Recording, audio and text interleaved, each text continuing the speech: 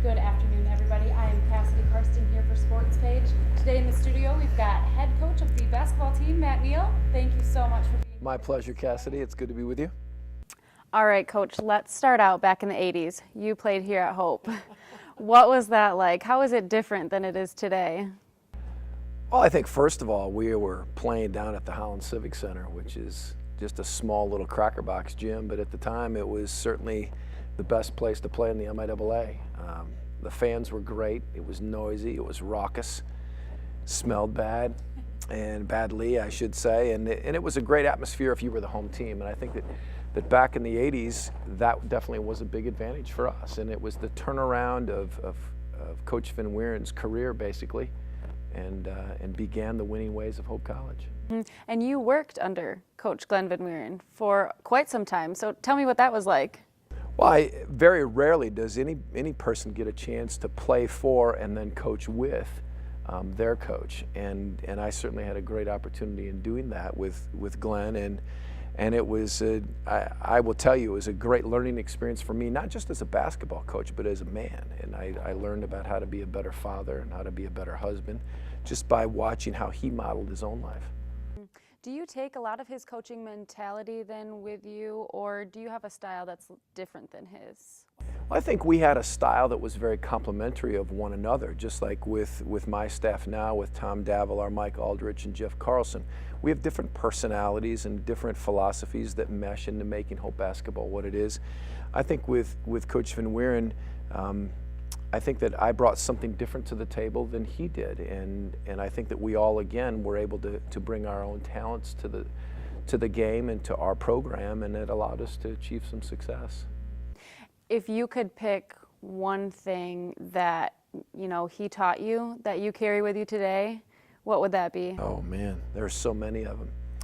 I think one thing that I try to do is I try to share the passion that I have for the game with our players as much as possible. He was very, very good at doing that, and was very, very demanding that the guys played with passion, and I'm just hoping that I can just do half of what he was able to accomplish, and that would allow me to feel successful. And actually, looking back at Hope records, not one coach has had a winning percentage below 500. Why do you think that is? Well, one, I think this college sells itself so well. We're able to attract great students, but then when guys can also play the game and they're good athletes, we're able to get better athletes. And I think that it's a credit to the student athletes who attend Hope, because I think that they are not only passionate about school, they have to be in order to get in, but they're very passionate about how they perform on the athletic fields or athletic courts. And I think that it makes coaches look good when you have good players. Right. Now, do you feel like you have big shoes to fill? Well, I think that one of the things that I've looked at in becoming the head coach here is that I'm not trying to replace Glenn Van Weeren. No one will ever replace that man. He's just an awesome icon in this community in Division III and really in Division III in the country. He's just one of those kind of people. In the process of selection, I was encouraged to be me, and don't worry about writing another chapter in that book. Write your own book. And so that's what I'm trying to do, and we're trying to do a lot the same way. We do the right things, we work hard, we're passionate about what we do, and hopefully we'll attain the same results. And so far, it's been okay. Mm-hmm. And actually, last year, in your second year as head coach, you were named D3 Coach of the Year. How big of an honor was that for you? Well, it's incredibly humbling, and again, I will say that those kind of awards happen because I have a great team. I have a bunch of great players. We have a great staff. I said in the interview of that day of the award that this really is an entire institution award, from our president to our ADs to our instructors to people who all make it happen. It's not just Matt Neal. I'm a small piece in that puzzle that makes Hope basketball. And with good players, great things happen. And if you find a way just to be able to push the right buttons, then even greater things occur. And we were just very fortunate. Mm-hmm. Now, but what of your abilities do you think led you to that honor? I know you talked about the players and you talked about the fans and everybody else, but what are your strengths as a coach? Well, it's kind of hard to talk about about how you see yourself. I guess what I would gather from my discussion with players is the fact that, and I asked this question in exit interviews with every one of them. I said, did you feel like we trusted you to play the game? And every one of those young men said that they did. And I think that's something that we allowed our guys to be able to do, was to use the talents that God's blessed them with to be able to play the game. Sure, we teach a lot and we expect some things, but we allow them to play the game. And will there be mistakes? Heavens, yes. There are always going to be mistakes. But we allow them some freedom to be able to play the game in which they can play and play it the best they can play. And now some would say that politics are certainly evident with the recruiting and cutting and finalizing your team process. What do you say to the criticism that you get, when people say, oh, well, you should have kept this person, or you should have not had that person? Well, we take that whole process very seriously, and we try to be as objective as we can.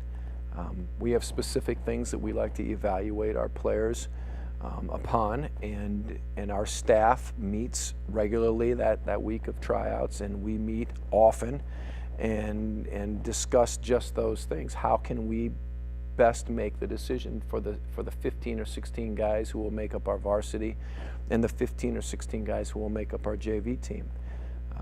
You have to look at potential. You have to look at body type. You have to look at guys maybe who are 17-year-old freshmen in college and see where they're going to develop as a 21-year-old senior. And we haven't perfected the skill, but we try to do the best we can, and we take it very seriously. Regarding those who have opinions, that's to everybody's own doing. We all have opinions on things, and I guess that's what makes us unique individuals. Right. And actually last year you had both of your sons on the team. What was that like for you? Oh, I loved having my sons play, and I'm sure that there are people who wonder about that and why we keep them. But you know what? I think that the boys have proven themselves. They've been around the game their entire life. It's a treat for a father to coach their children, no matter what the sport might be, or have them involved in whatever the parent does. But it's an honor to have them play, and I think that they have a work ethic that allows them to be right where they are. Do you think that it strengthened your relationship as father-son, not necessarily as coach and player? I think that there's some unique dynamics to that. I think that there are times that it does strengthen that. There are times that it challenges both sides of that, coach and player and father and son. And I think that we've had some great conversation between the boys and myself about just the role that they have and the role that I have. There are times that I'm not their dad, that I have to be the coach. And then there are times that they just need me to be their dad and not the coach. And it's a hard balance to find, but it's one that I accept readily, and I knew it was going to happen. And so that's something that we just have to work through, and you can't ever prescribe what's going to go on. You just have to kind of move with the flow and do the best you can. Now, last year, it seems like ever since you started as head coach, you've just kind of hit the ground running. Last year, you fell short to Illinois Wesleyan. How big of a loss was that for you? What was that like? I'm going to go back 2 years ago and just tell you, we didn't hit the ground exactly running here. We started off, we hadn't won, we were 0-3 before we won our first game. So I was wondering, what in the world have I gotten myself into? But we came up against Davenport, Cornerstone, and then we finally beat Aquinas. But we had another game in there, I don't remember who it was, that was a very, very tough game. But the loss to Illinois Wesleyan, I think, is a great motivator. We only lost twice last year. When we lost to Western Michigan, that was a great motivator because it forced our guys to figure out how hard we had to play, the speed of the game with which we had to play, and the strength that we had to command on the floor.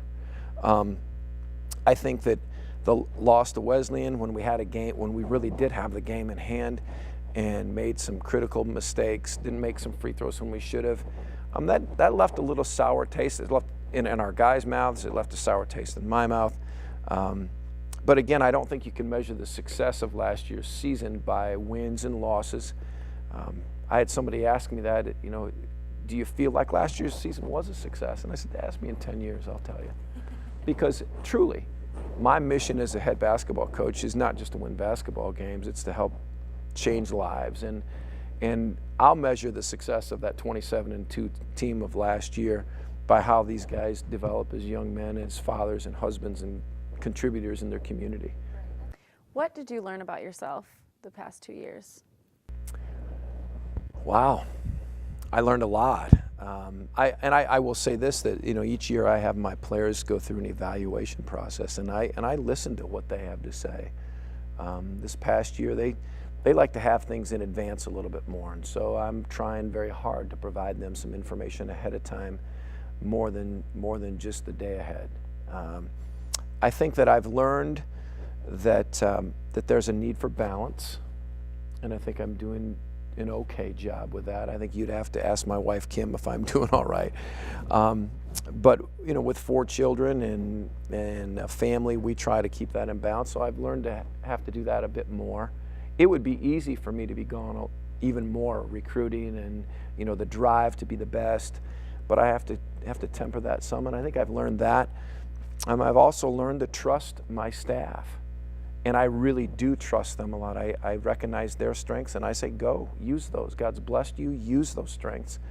And I think that's been something worthy of learning.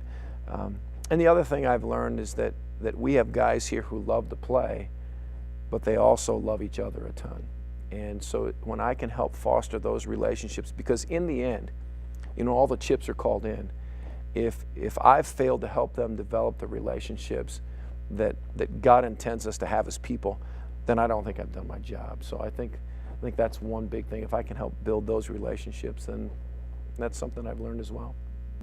What are your expectations now for the upcoming season? They're high.